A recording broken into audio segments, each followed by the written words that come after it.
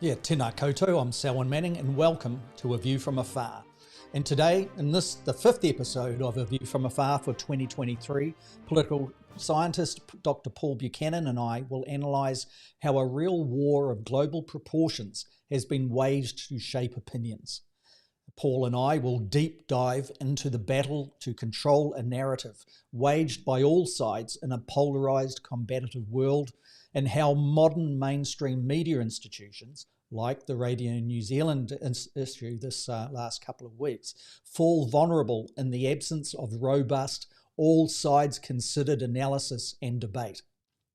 Now, in this episode, we will analyse how fourth estate bias, propaganda, and conflict force fact vacuums are the challenge of our times in this disinformation age.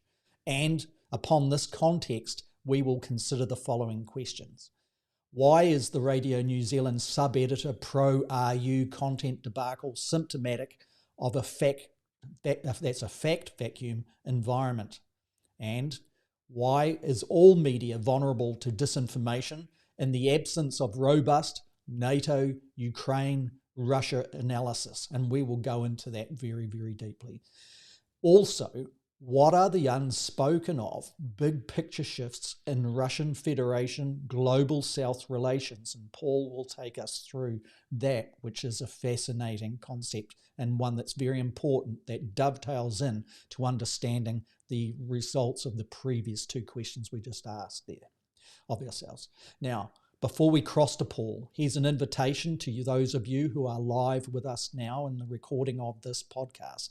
Do feel free to interact with us while you are live and while we are live on YouTube and Facebook, although YouTube is the best for this. And remember, if you do make comments or lodge questions, your interaction may be included in this broadcast. So with all that said, let's cross to Paul Buchanan and we will dig down deep into these big issues. Kia ora koutou, Paul. How are you, Eho? Kia ora, Selwyn. Great to see you again, and welcome to the audience out there. If I'm looking a little hazy, it's because I'm in a cloud at the moment. My house sits at 700 feet above sea level, and the cloud covers about 500 feet and raining. And between the tower where the Wi-Fi signal comes off and me is a lot of grayness. So, I may fluctuate as the ceiling lifts, but it is what it is when you live out on the Auckland West Coast. So But in any event, great to be here. Absolutely fantastic subject to discuss. Our audience probably knows that you and I talk about it earlier in the week. And I'm privileged to have you here because our conversation on Tuesday was illuminating, to say the least. And I'm hoping you're going to share your knowledge with the rest of these nice folk. But so where do you want to begin, Selwyn? It's obviously started with that RNZ controversy. Yes, yeah, most definitely. And I just wanted to thank those that are live already have been putting some comments in there, in particular David Mooring. And we'll get back to you, David, and keep the conversation going online. We really appreciate that, and others too. Thank you very much. And let's cross back to you, Paul, and let's allow you to give a context to the Radio New Zealand issue as it evolved and as you interacted with it to assist it in many ways, and providing an attempt at getting a more robust and broader reportage of the issue. But anyway, so while I'm talking in abstract terms in some ways, let you present it to the audience so that they know exactly what we're talking about here. Sure, especially for our foreign audiences who may not realize what this all is about. So a few weeks back, the story broke that a Radio New Zealand sub-editor on their digital platform, so not the broadcast side, but the digital side, because Radio New Zealand puts out stories and whatnot on that digital platform. The story broke that a sub-editor was altering foreign source stories, in particular one from Reuters, about the Ukrainian-Russian war, and that he was actually inserting phrases that were pro-Russian and in some instances appeared to be direct copies of Russian propaganda into otherwise, at least from a Western perspective, would seem to be neutral and balanced stories. And as that story about this, plagiarism / cut and paste revisionism grew, it turns out he had done that to a number of stories, not just about the Ukrainian-Russian war. There was stories that he had altered about Israel and Palestine. Anyway, a number of them. He appeared to be pro-Russian, pro-Palestinian, and lo and behold, one of the stories that he altered was a story that featured me. And that story originally came from the New Zealand Herald. And basically what it was some well-known leftists in New Zealand feel that we're too close to the Ukraine. We accept the Western narrative. We're biased, and some were biased. And so the story originated with interviews with these two well-known leftists. I have regard for both of them. I don't agree with them, but they're good people. We just differ in our opinions. And as part of that story, they sought some balance. Again, this is the New Zealand Herald story, not the RNZ version. And so they brought me in. They brought a security analyst from Victoria University. They brought the foreign minister in for quotes. And I thought the article in the end came out very balanced. It started with the leftist critique, and then it moved into me and these other people saying, well, to say that the Ukrainians are somehow responsible for all of this and it's all NATO's fault is a little bit off, more along those lines. It turns out when that story was syndicated to Radio New Zealand, this same sub-editor stripped out my comments, the comments by the security specialist and by the foreign minister. So it was just the two leftists airing their complaints that New Zealand was biased. And again, it may or may not be true. I happen to disagree with them, but there you go. As a follow-up to all of that kerfuffle, which now had metastasized into a dozen stories that have been altered after the fact. And again, this is others people's work that has been altered after the fact without attribution and without their consent. That to me was the big issue, not the slant that was given by the sub-editor. But as part of that, they aired an interview with me. They did a live interview with me a couple of Mondays ago, in which the morning show host was asking me about, what I knew, etc. And as a sidebar to all of this, I had been approached by reporters about whether or not Russian disinformation could have been at play. Because I now write a little bit about psychological operations as they materialize in misinformation and disinformation. It's just a new version of psychological operations. And I pointed out that I didn't know this man's motivations.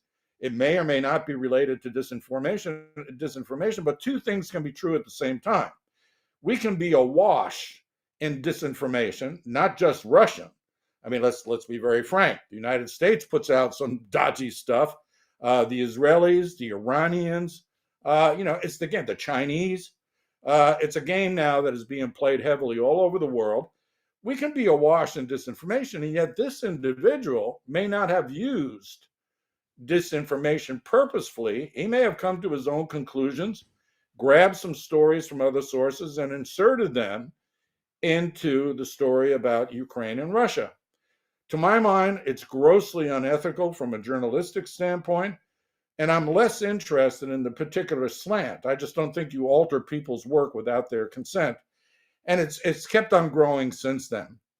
So I put the interview up on the Kiwi Politico site, and then you and I talked about it. And I thought, Selwyn is a legit journalist. I mean, for those of you who don't know Selwyn as well as I do, this guy is old school. He's been in newsrooms, of the old type. And so he knows the whole part. What else have you been? You've been an editor. You've been a platform owner. You've been a producer. Anyway, Selwyn has done the whole chain in the news cycle. And now he's on podcasts. So I thought, rather than have a guy like me who's just a talking head, have a real journalist address these issues. So on Tuesday, Selwyn and I said, so, this is my slant. I think that the guy violated journalistic ethics 101, and I'm not interested in his pro-Russian thing. It could have been about anything. It could have been about pizza. And then you explained to me in lucid terms what exactly you felt was going on and that there was a larger issue at stake. And so I'm hoping that I can give way to you and you can explain to them, i.e. our audience, what you explained to me the other day, because quite frankly, I thought it was brilliant. Yeah. I just got an insect just leapt at me. the pleasures of live broadcasting, Paul. Thanks for that introduction on it and some of the the background. I guess a lot of just for those that are overseas too, where I'll come from is dipping into the master's thesis that I did that examined from a communication point of view, not just within the media environment, but also with the other pillars of institutions within democracies, of how black flag operations can occur and disinformation campaigns can be engineered overseas remotely, but have huge impacts within a country like New Zealand and others within, say, a Western kind of configuration. So what we're talking here too, and in the first instance, let's just address the issues of sub-editors. Now, there are different approaches that sub-editors, different purposes that sub-editors have within newsrooms, depending on the structures and the resource and also the type of product that the newsroom is putting out. If we look in general terms in newspapers of old, the journalists would do all the journalist work, like we're all, well used to understanding. The copy or the article, if you want to put it that way, would be finished. It would be sent to a sub-editor generally first off. The guidance would be there with the chief reporter, the senior other reporters, and certainly the editor that may be overlooking news editor. But the sub-editor's job was to look at correcting any ambiguities, have a local knowledge or a knowledge of the issue, and be able to address those within the body of work to make sure it met the standards of the organisation and the purpose of the organisation and the audiences of that organisation. The sub-editor in general in newspapers traditionally has been basically the last set of eyes before it goes out onto getting printed or, in this case, onto websites in the modern environment. And in the RNZ situation, what we found is the sub-editors are generally on New Zealand domestic issues and articles have two sets of eyes that will look at it. In my view, that's really important. And it looked like with international wire type accessed or externally accessed information, RNZ had one sub-editor basically looking at it. And I think this is where the problem comes in. Now, within the culture of sub-editors, many believe and have experienced in the New Zealand media context and overseas too, that the sub-editor can often change that written article from what the journalist has written or the contributor has written quite considerably, to the point as a journalist, often in the newsrooms, we would be cringing when the product came out in the newspapers or a magazine or whatever, just because we'd be thinking, what have the sub-editors done to our work? And to the point where sometimes you didn't even recognise your own work and your name would be on it. There were often times where you'd go and apologise to those that you'd sourced information from because of what had happened to it during that chain of information flow. Now, that's some of the problems there. I wonder that whether or not this is what Radio New Zealand is facing in the context of what Paul has laid out. That the sub-editor in this case is the last set of eyes. It's an externally sourced information that is relevant to overseas issues. The sub-editor there is the only set of eyes in that case, of which RNZ, as I understand it, is addressing that.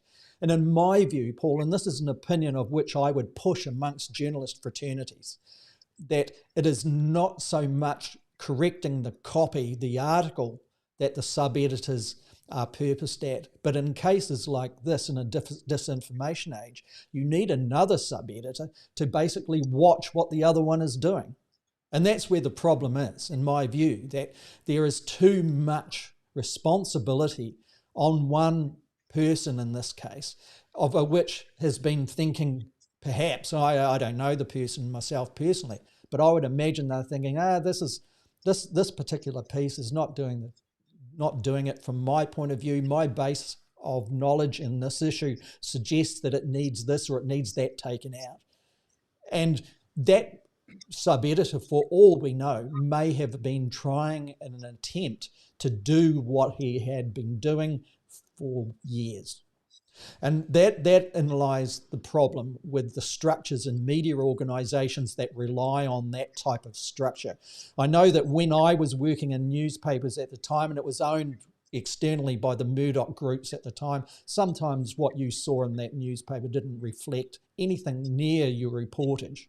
And there was an effort to tidy up shop in that way. While the structures remained the same, there was a man from the Oregonian in the United States on the West Coast, Oregon, their major newspaper. And the Oregonian at that time was the investigations editor was a guy called Jack Hart. Now, Jack Hart had created some very, very, very deep and meaningful investigations that necessitated and insisted that the information of which was gathered by journalists be exactly what the audience gets to see. And he was doing long form, using the same techniques, basically, his team was, as Mark Twain and others, that would develop the characters, not just by name and title and place and circumstance, but develop the characters in a way that you really understood who they were. So it was long-form investigative journalism, not just a body of fact and reportage.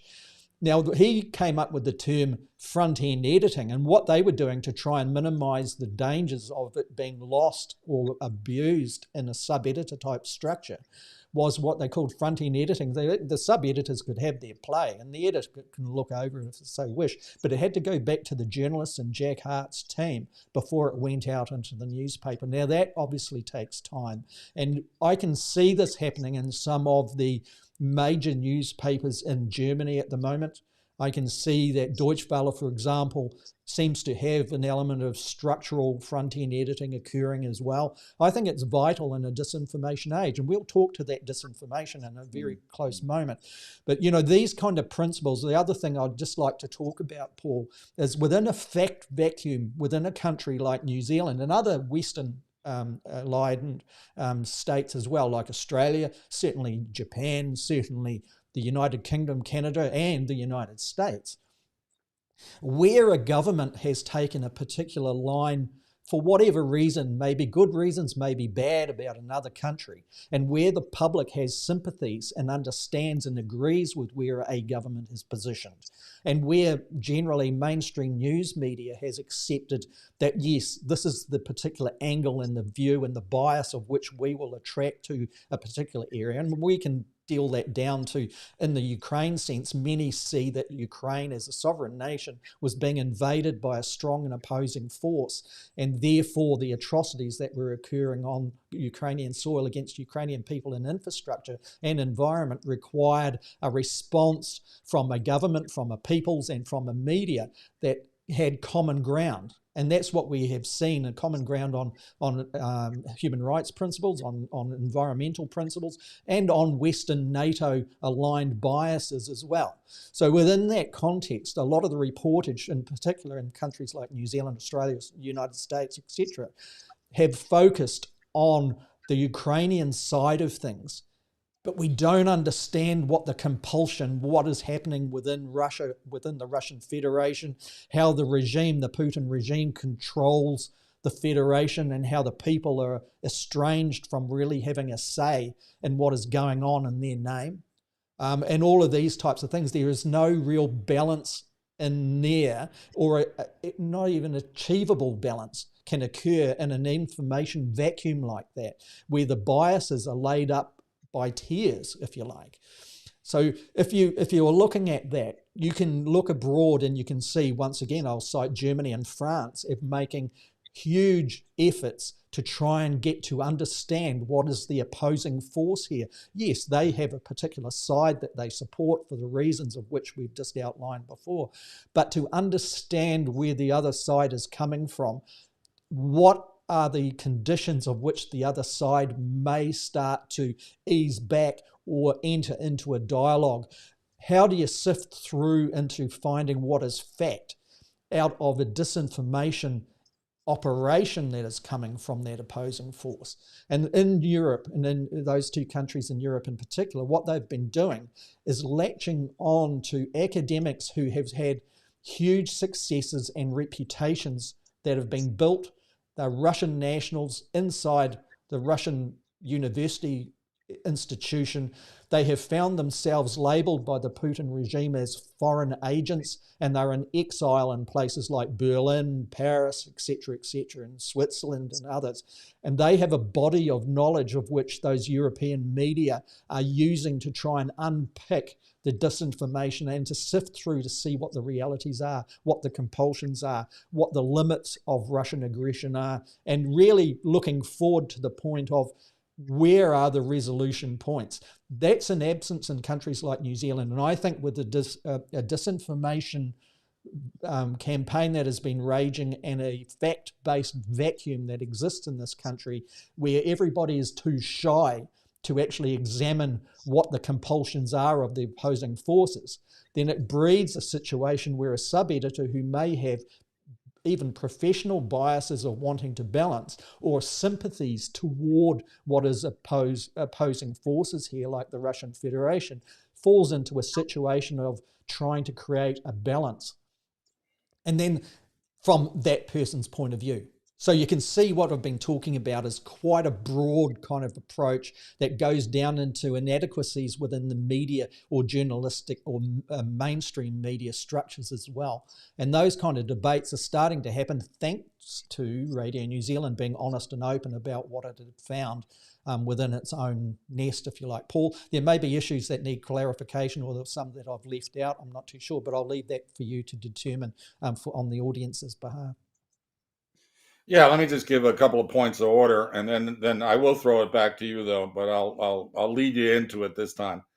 So the interesting thing is that the sub-editor in question, when questioned by another reporter, said, "Oh, but I've been doing this for 5 years, and there's never been a complaint." Now you've just explained that in the digital medium in New Zealand, apparently the sub-editor is the last word, and he can put his own words instead of those of others. Now, having come out of academia, I just cringed, because I'm like, you're inserting your words without attribution, and you're not seeking the consent of the original authors, that gets you fired in academia Yeah, for right good away. So I reasons. thought, well, Mm. but I know you, so I'm like, well, Selwyn's an ethical guy. Let's see how he feels. Now, interestingly, and this is just a sidebar, but as soon, after the story broke, the first thing that happened was they tried to find the identity of the sub editor, which they did unearth. Then they went into smearing him because they said, oh, it turns out he was born in Northern Ireland and he really doesn't like the English. And oh, he altered and put pro-Palestinian stuff way before he put pro-Russian stuff. And I thought, now you're playing the man, not the journalistic ethics. Okay, it doesn't matter what his motivations were. The fact is, being Northern Irish is irrelevant. Again, where he got his sense of balance is less important to me than that there was an institutional structure that allowed him uh, legitimately in the eyes of RNZ on the digital side to alter stuff in the Mm. interest of balance. But that's where I'm going to throw it back to you, because one of the things you said to me on The Tuesday, balances. yeah, I said to you, yeah, but sometimes you can't balance. It's like this argument about who do you debate. I'm not going to debate a Nazi. I'm not going to debate an anti-vaxxer. Okay, I don't deal with lunatics. I come in, I try to ground myself in the facts. I'll tell you when I have an opinion, but I'm not going to deal with lunatics. So I was saying to you, look at Selwyn. Sometimes you don't go after balance because the other side is nuts. I mean, this Yeah. Kennedy guy running against Joe Biden in the primary, he's certifiable. Who would want to debate this nutter? But your answer to me when I said, sometimes we don't need the balance and what have you, I thought was very instructive, and I'm hoping that you'll share it with the audience because that was illuminating. The whole issue of balance or whether or not you need it. So, on that note, can you explain me the difference between balance, Yeah. objectivity, and fairness?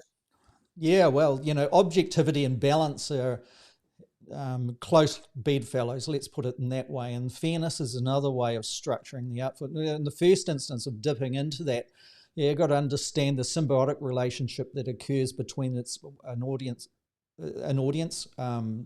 and a media organisation, and also the brand of media organisations, so where they're coming from. I mean, you can get a far right media organisation, or you can get right leaning media organisations, put it like that way, like the platform here in New Zealand, for example. From their point of view, they are putting some sort of right wing balance into the debate within New Zealand. So, understanding what the media organisation is and the audience of which it feels naturally attracted to.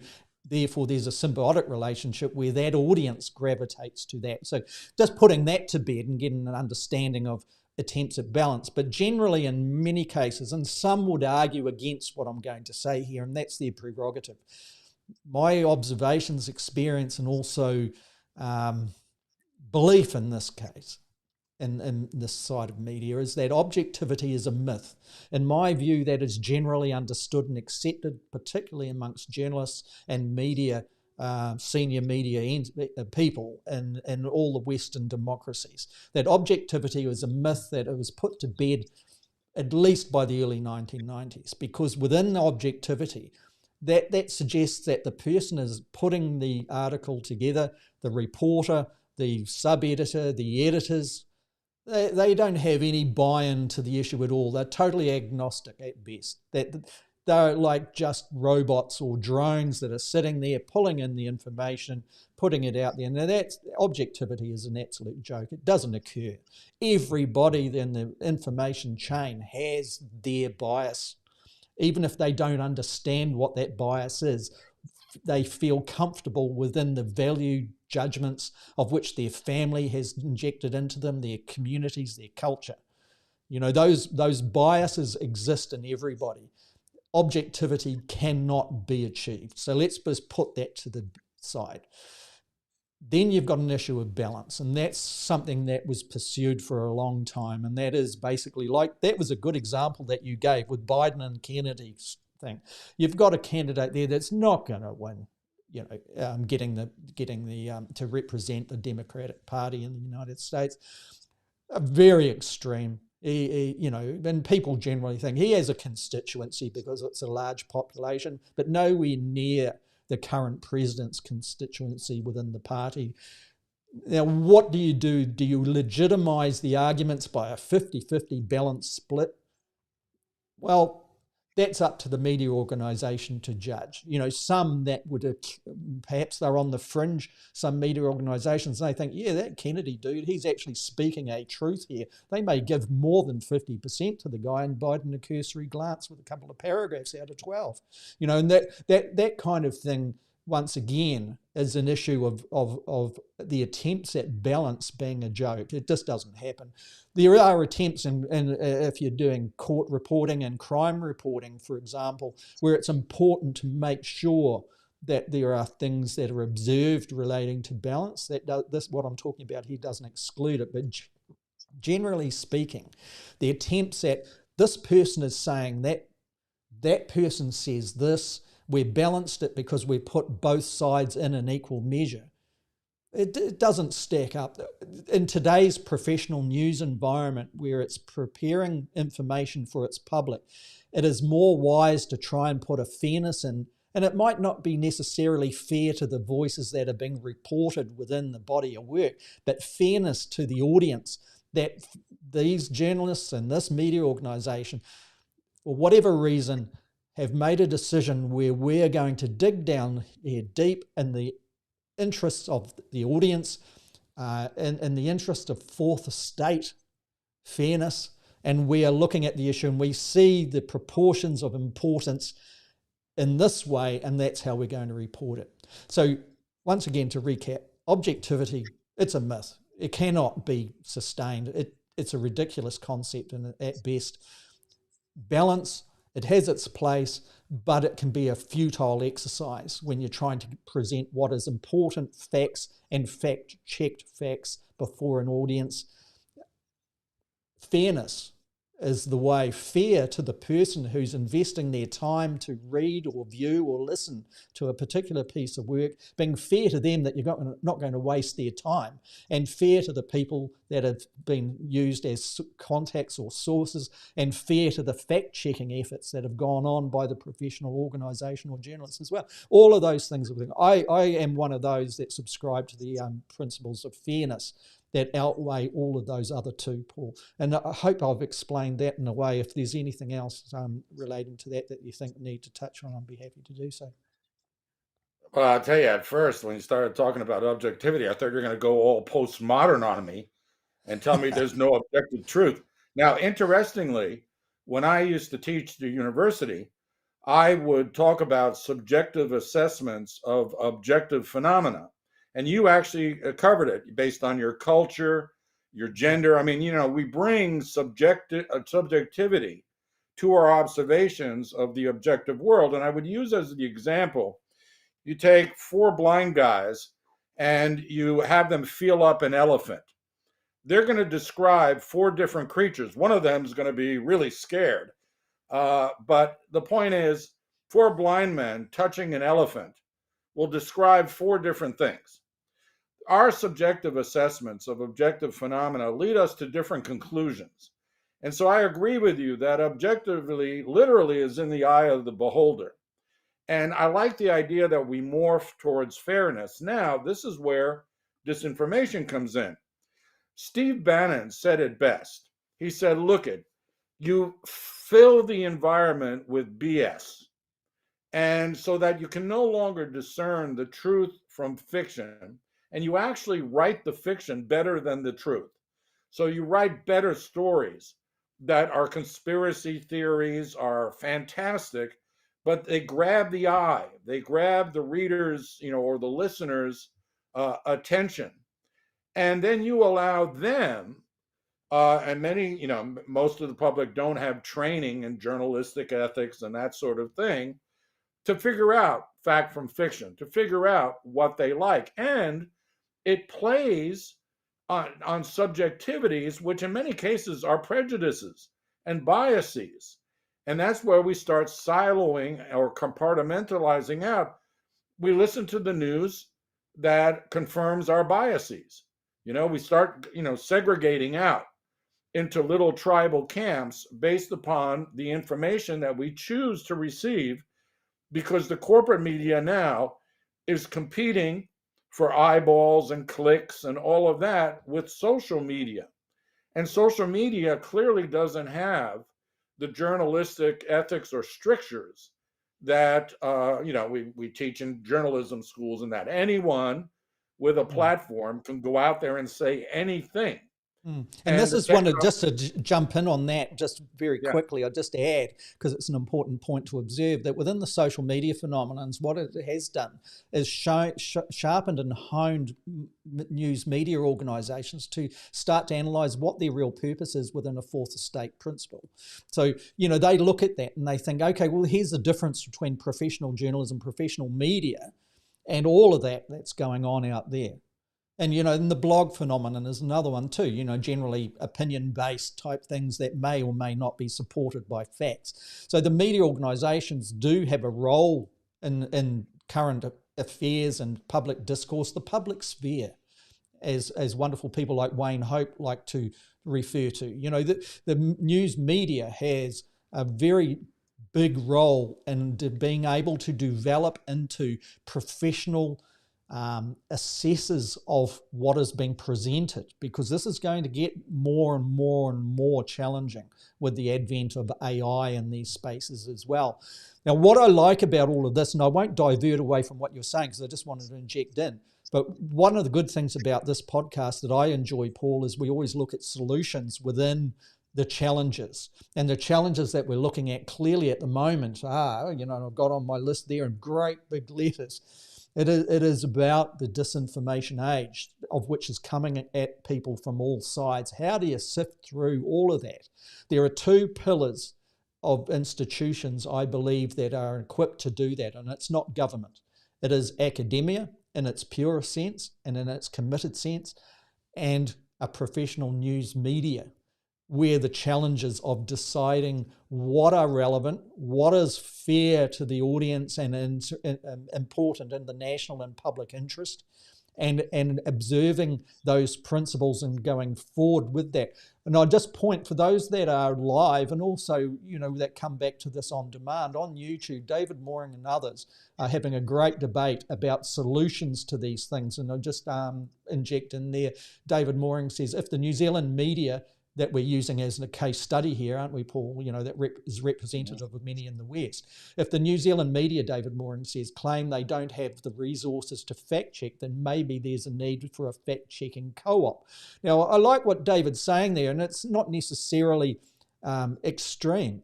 We had these in New Zealand with NZPA, the Press Association, for example, in a sense where you could rely on its reportage, that it has done a robust job of pulling out, and it was information of which could be relied on, that mainstream media organisations all had part ownership in. Now that's gone here in New Zealand. Australia has its counterpart still in existence, but with stresses, but it's still very important. And certainly in the United States, it has its wire counterparts in such ways. So jumping into fact-checking co-ops is not an extreme solution at all. I think there's merit in what David is saying. He says, for example, set up 3 full-time, well-funded but independent fact-checking units. Bring it up on screen here so people can see it. In Auckland, Wellington and Dunedin. Those are major cities in New Zealand, for those that are listening or will see this on demand later, and have them respond to queries from the news media, politicians and social media. That would be a real contribution to, one, the national interest and also the public interest on such things. Now, there's others like Matthew Grace who's making comments in there as well while Paul and I are recording this live. It's a really good debate. People join in if you wish to, and I'll just pass it back to Paul, who can pick up again. Now, Paul, let's look at the disinformation age, and you as an academic, do you believe that the news media in Europe that I was talking about, where they're sourcing the views and analysis of academics from their areas of specialization as a counter to the disinformation and to sift through what's real and what isn't. Do you think that there's merit in that from the point of view of public and national interest? Oh, well, there's certainly merit in it, but I would put a couple of caveats to this. The first one is that academia is not immune to the clickbait phenomena, and I'll just tell you a story that was a major scandal in the social sciences about a year and a half ago. So it turns out that the big academic journals, let's say the American Journal of Political Science, those sort of things, they've all gone digital, and they're very expensive. Their individual subscriptions are $800 a year for 4 issues, that sort of thing. And in response, editors of these journals have started to accept articles that don't have scholarly merit, but are controversial. So they generate clicks. And the one that was the case that I'm referring to was a fellow wrote an article for a major journal, which basically there was a provocative title such as "Colonialism Was Good." And then he argued that before the Western colonialists showed up, particularly in sub-Saharan Africa, they were subhuman people living in the mud. It was really grotesque. And that if it wasn't for the white man showing up, they'd still be in the mud. And anyway, it was outrageous. It was outrageous. But the title was provocative. The content, again, was outrageous. And it generated thousands of eyeballs. And the advertisers responded to the clicks. So the journal received an influx of revenue because so many people, mostly outraged, went to read the article. And eventually there was a huge debate and it was eventually taken down, but the damage was done. This journal will not recover its reputation. And so that gave everybody pause, because it turns out the editor of the journal and the author of the article had been university mates, so it got more unethical the more you dug into it. But there is that problem. Now, in New Zealand, it's compounded by the fact that our universities are systemically under-resourced, grossly so. And increasingly, academics, and I'm married to one, I'm married to a political scientist, are told not to write books and not to write academic articles, but get in the media, write op-eds, go on social media platforms that are not refereed. So you just put up what are essentially opinion pieces, and those will count as research output for promotion purposes. Those are not research outputs. That's not original, you're just giving opinions and what have you. And the professors who are rewarded are the ones who show up on TV and talk about anything, whether they know it or not. And we've got a few of those here in New Zealand. And they get the attention, they get promoted. And the real scholars wind up struggling, and many of them eventually leave. I mean, we've had an exodus of good New Zealand academics leaving for foreign shores because we're so underfunded and the priorities are wrong. So I would argue that the trouble is not just with the media, but the inability of an honest media. And I include social media. I mean, I include blogs and whatnot, but people with some integrity. They don't have the ability to confront the tidal wave of misinformation and disinformation generated by this urge to get out in front of everybody else on the topic of the day. And that's the important thing. One of the things you mentioned to me the other day was that, well, you mentioned it today. You talked about long-term investigations. We don't have time for long-term investigations anymore. The editors are on your back saying this has got to be out by yesterday. And apparently, in the case of the sub-editor at RNZ, he felt pressure to produce stories, X amount of stories per day. And so, all the timelines on producing a story of any worth are now heavily compressed because of the competition for clicks and eyeballs. So the stories get shallower, they get more controversial. There's no real digging in many places. And so, in a weird sense, the rich get richer and the poor get poorer. People who teach at Harvard will always have the money to do long form research and write good books. But people in the university system in New Zealand, we don't have Harvard's money. Nowhere. In fact, the 8 New Zealand universities together don't have the money that one good private school in the United States has. And that is also true for New Zealand trying to keep up with European universities. If our universities are succumbing to what I would call the clickbait phenomena, then it's a stretch to expect that the media, which the universities produce, are going to be better than that. That they somehow are going to overcome this slide in academia and be better and have more integrity and that sort of thing. So, and this is where Steve Bannon is an evil genius, because in that environment where academic research and writing standards are slipping, where the media is competing for eyeballs and clicks, you flood the space. What you said, it was an information vacuum. You flood the space with all sorts of nonsense and rubbish and whatnot. Yeah, The more because salacious, vacuums, and like in the pure sciences, is the same in political science. It's the same in media communication sciences. That vacuum will be filled. Paul, I pick up your point very strongly. What I'll just bring up is what they're doing in Europe. And remember, we're living in an age where you don't necessarily need to be constrained within the institutions of your own territorial waters. So, what are they doing, for example? Where are we? We're bringing it up on screen. Yeah, over in Germany now, Dakota here. Yep, Dakota. So you can see that's the title up here. It makes huge efforts in getting to understand Belarus and Russia.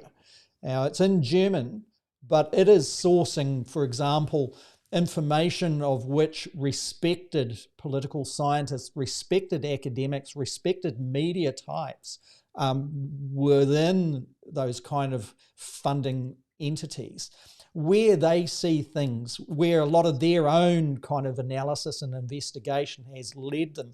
Now, it may be something that is to be challenged within the pieces, but Dakota's got a specialist board of journalists, and one is a colleague and a friend of mine, Ingo Petz, who specialises in Belarus and is fluent in Russian and Belarusian and Ukrainian, and he's based in Berlin, and he is very much comfortable within the Dakota type of media organisation, even though it's relatively small compared to the big mastheads. Because there's specialisation in existence, and they're tapping into those sources of information, making sense of all of the disinformation, putting out what's rubbish, and having fact-based analysis as a consequence. Now that's Dakota. I'll just bring in another one here. And this is interesting. This is Medusa, which as a media organisation was banned very early in with the advent of Putin's operation war against Ukraine. Sociologist here, Gregory Yudin, is well respected within European circles because of his analysis in understanding the inside pressure points, the inside motivations, the tripwires, all of the things that influence decisions by Putin and his regime. And also where the weak points are, where the strong points are, and the divisions are. And these kind of articles that are reasonably recent are going into where are they now? What comes next? All of those open analytical questions are being considered. I'm bringing up on screen for those that are here in a live context and also watching the video live, but we will have links in the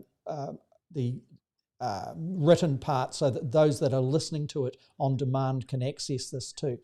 Here's one in the New Yorker in the United States. The New Yorker is using the same way of trying to, I'll just put the promo for a subscription down, to try and understand what is going on. What is the opposing side's situation? What do they think?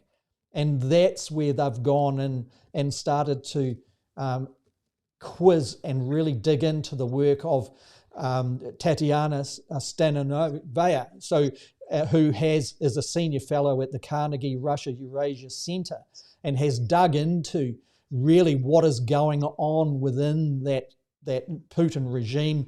Is it doomed to fail is the headline. That is the question that they basically analyse in that piece. There's stuff out there that would be great if New Zealand mainstream media that do have a commitment and resource to do something about this information vacuum in this disinformation age, wherever it comes from, the United States, the Western alliances, NATO, Europe, Russian Federation or Ukraine in this context, or the People's Republic of China or anywhere else, that those kind of forms and structures and formats of how to resolve the problem, looking at solutions and moving with efforts to find solutions where they don't stack up. All of this is vital, I think, in this day and age, because at the end of it, all institutions within all of these countries will have a role in trying to find a way back to a peaceful resolution.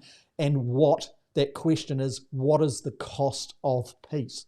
And those are some of the underlying major issues relating to information, of which must be based on fact and evaluation and analysis of those that are very learned in their specific fields. So those kind of links that I've brought up and we'll put in the body of the podcast may help some people to kind of figure through whether or not they agree with us or whether or not they're against our views on this, Paul. Back to you on let's pick up that really important part about the global south and those points that you're picking up of shifts and making sense of that and really defining what all of this is about with respect to the Russian Federation and the global south. Sure. Before I do so, let me just point out, I mean, you're very optimistic, Selwyn, but all of the publications that you just listed are elite publications, one that requires translation. And in Anglo-Saxon societies, I really hate to say this and be the negative counterpoint, but all opinions are equally valid. I remember when I first moved to New Zealand, someone said, "Oh, we put our boots on all the same." The anti-intellectualism that is exhibited in the United States, here in New Zealand, where intellectuals are looked on with disdain and what have you, all opinions are not the same. But in the social sciences, everybody's got an equal opinion. You wouldn't go up to an astrophysicist and go, "You know what? I think black holes are in fact white. And I'll explain you my theory of whiteness on black holes." You wouldn't do that. But you ask a political question, you ask a sociological question, you ask an anthropological question, everybody and his second cousin has got an equally valid opinion. And this is what Steve Bannon and his crowd are playing to. I won't say the masses are asses, but when you can't differentiate the opinion of a PhD level trained political science with a few books and all of that sort of thing, and Joe at the end of the pub bar stool, then you're a society. Good old Joe. Good old Joe. Yeah, I mean, so I think we've got a cultural problem in the Anglo-Saxon world. I mean, I will point out to you, and I think a lot of people in the Anglo-Saxon world don't know this. In Latin societies, such as those that I grew up in, particularly Argentina and Brazil, intellectuals are revered. And they may not make a lot of money. It's not a commodified relationship, but they are treated with, astounding respect. I would liken it to the treatment of professional athletes in the United States and New Zealand. I mean, it's truly, to go back there and to see how they look at their intellectuals.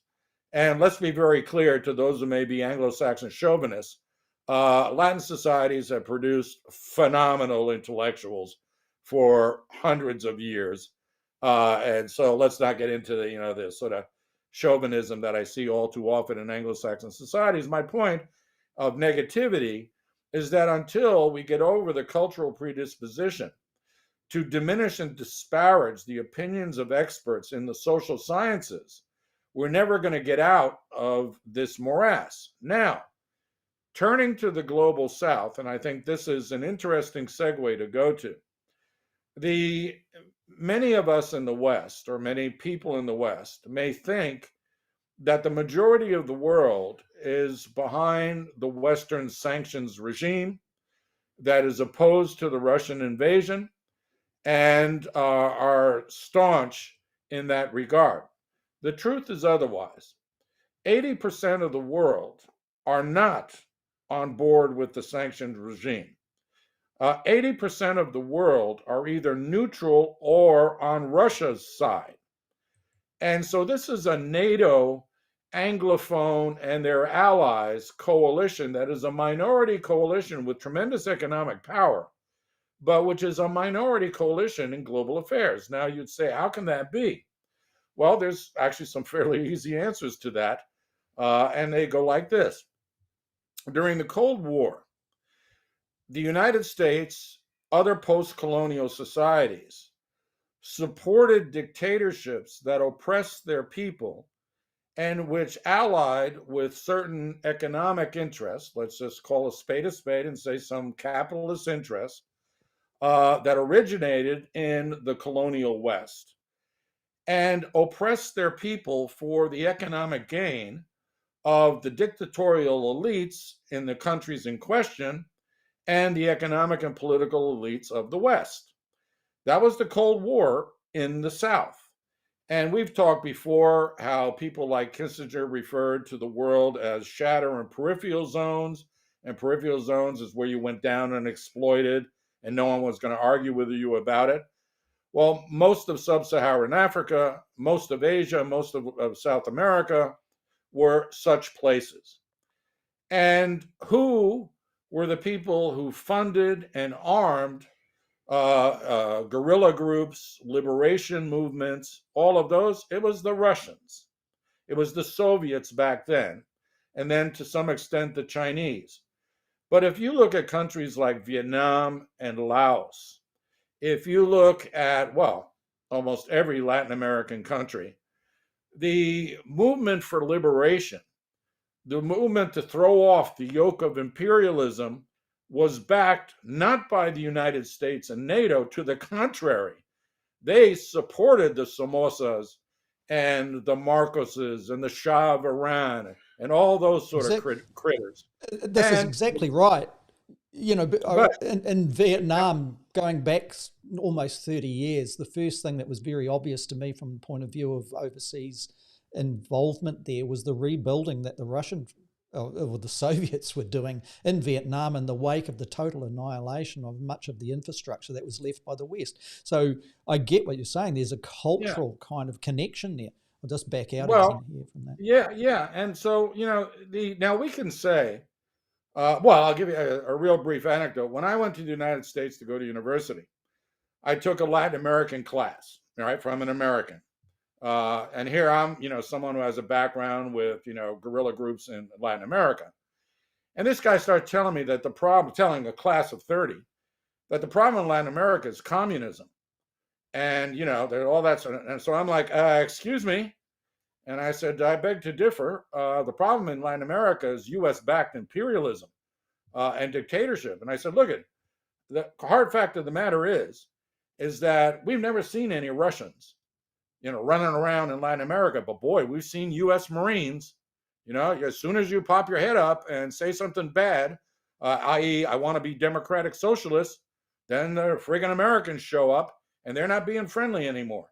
So for most of the third world, or what was called the third world, and is now the global south, to include India, who knows a little bit about colonialism, most of the world are sitting this one out or are directly siding with the Russians because, perhaps in some cases opportunistically, but in many cases out of a sense of ideological loyalty, these countries feel some respect for the Soviet Union, even though it's now just Russia, and Russia is Yeah. behaving the way. See, that's And where the there's the critical. weird thing comes in. I mean, the Putin regime is so far away from, the regimes that supported these countries. But what hasn't changed is the distrust of the West in such ways. Yeah. And we Exactly, and even what's see in that there. in New Zealand, don't we, Paul? We see it in Australia in certain ways, not Yeah, necessarily represented at government level, but certainly the independent drive or pursuit of it by those in New Zealand is motivated by a distrust of the West, yeah. and Well, as opposed to connecting to the others. both you and I have New Zealand friends who hate the United States, Mm. absolutely hate it, and it blinds them to that. And to be sure, the United States has a lot to answer for. But beyond the issues of whatabism, that is, the United Mm. States behaved in the past, the British behaved bad in the past, so the Russians get a pass on this one. I happen to believe in the perfectibility of humankind. Just because nasty stuff happened in the past doesn't mean that we should allow people to do nasty stuff in the present and future. Many of my mostly leftist friends will say, you know what? You guys invaded Iraq on a pretext. You're just, you're bad, you're hypocritical. So the Russians do get a pass. I can't quite buy into that, but I do understand. Can I just add a little thing there that I believe the solution to this is not attaching your bias to any particular power, but determining where your guiding principles lie. And this is coming from my media background. If you abide by the principles of human rights, environmentalism, sustainable business practice, etc., etc., etc., you are not captured by institutional or country orientated biases, and you can determine where you position your fairness, if you like, and your fact checking within that paradigm. So I just wanted to add that because we've been talking in media context. Yeah, no, and very, very, very well said. In fact, the only people who talk that way here in New Zealand are the Greens. Which I'm not agreeing. Kudos to them for when they do come up with something interesting. But I thought it would be interesting for our audiences to understand that most of the world is not behind the West when it comes to Ukraine and Russia. Most of the world, I mean, there are opportunists who will side or be neutral, such as the Indians who are straddling the fence while buying massive amounts of Russian gas and oil. There are others where it's a matter of post Soviet ideological loyalty. The Soviets did a solid for the Angolans and the Mozambikians and the South Africans. Yeah. They were the ones who are helping to liberate these countries.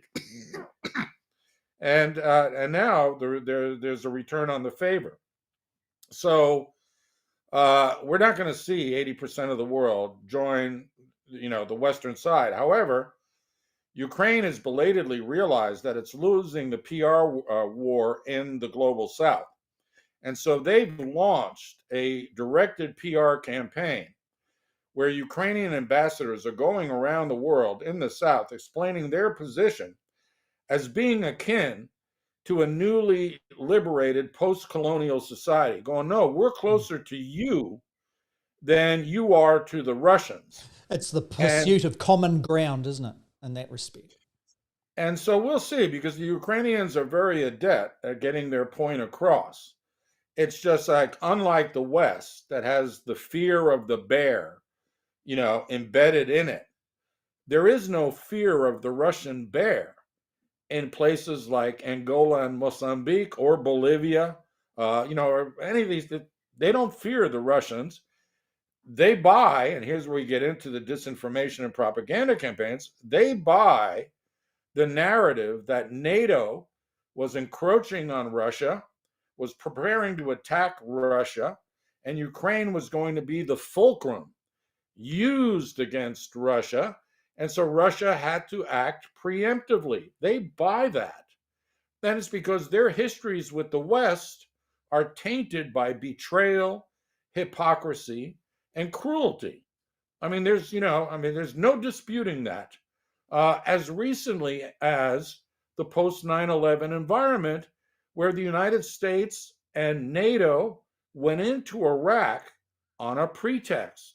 Afghanistan was one thing, but to invent a war and invade a place that had nothing to do with 9/11, that still sits very bitterly with many people around the world. So I say that because in that contested space, it's not exactly a vacuum in the global South, but the Russian narrative resonates better with people than the Western narrative. They see themselves on the side of the traditional liberator of oppressed people, so they're inclined to believe the Russian version of the truth, even though in this particular instance, I and perhaps you as well don't believe the Russian version of the truth. We tend to think that they are the aggressors here.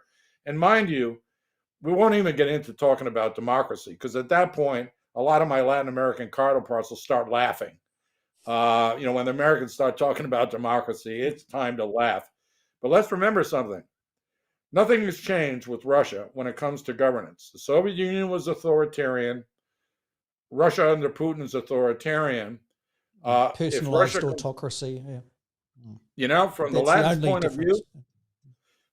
point of view, that's the Russian style. As long as the Russians support their causes, and the Russians do.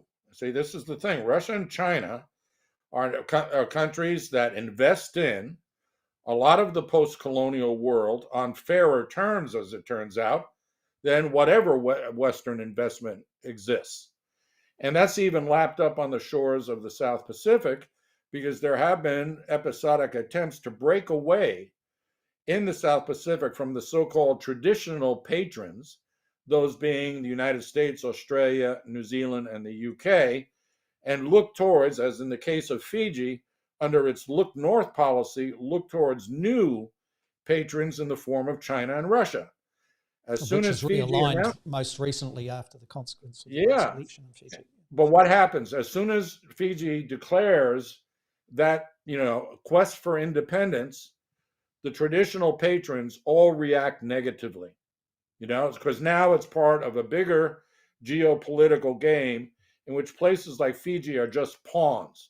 They don't matter by themselves. They're just pieces on a bigger chessboard that the United States and its allies are playing against the Chinese and the Russians. Anyway, my point in saying all this is that those of us in the West, we need to take a step back and think long and hard about why the global South is not marching with the Western governments on the side of Ukraine in this particular conflict. And one of the interesting elements that comes out of that, once you start thinking within that way, Paul, are the solutions from the point of view of a pathway toward resolution or peace going to come out of those states that you're identifying there, as opposed to the West? And if there's momentum, it would suggest that it's those states that are going to be perhaps finding where the common ground toward easement may exist. But those are the big questions, once again, in citing the European context of evaluation of what is going on in that conflict. And those questions are, what does success look like for both sides? And that's where the compromise of the cost of peace elements of debate start to emerge from, in my view. There's a question, I'll address that and then we'll wrap up here. So it's a question from David Mooring. Are there any real left-wing Russian supporters under the age of 50 around the world? Well, I would just refer you to the work of the political scientist Ekaterina Shulman, who we dedicated quite a large part of a previous episode, 2 episodes ago too, where she's a Russian academic who is in exile in Berlin at the moment and is doing a lot of work amongst the respected political science faculties in the universities up there. And she has mapped out ways of identifying demographics of where they sit on exactly this question, or support for the neo-right nationalistic regime of Vladimir Putin. And where does that support come? And in simple terms, David, if you missed that program, she is saying that those of the grandparent generation, of which were young people in their late 30s or early 40s when the Soviet Union was overtaken by Yeltsin's people, that generation is very much in favour of the war and Putin.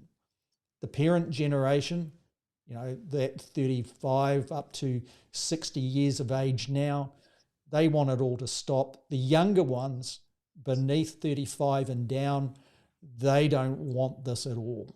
They are just how you'd imagine any other younger group that has been exposed to the values of globalization and how they sit. They just want to get on in their lives and to have a shot at it, at life, not at the enemy.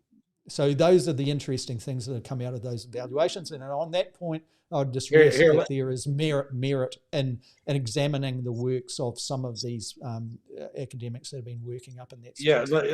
Let me just conclude with this, because it's worth interjecting. If you look at places like Brazil, which is trying to stay neutral on this, the Communist Party of Brazil is a Stalinist party. It's integral to the coalition that underpins Lula's regime.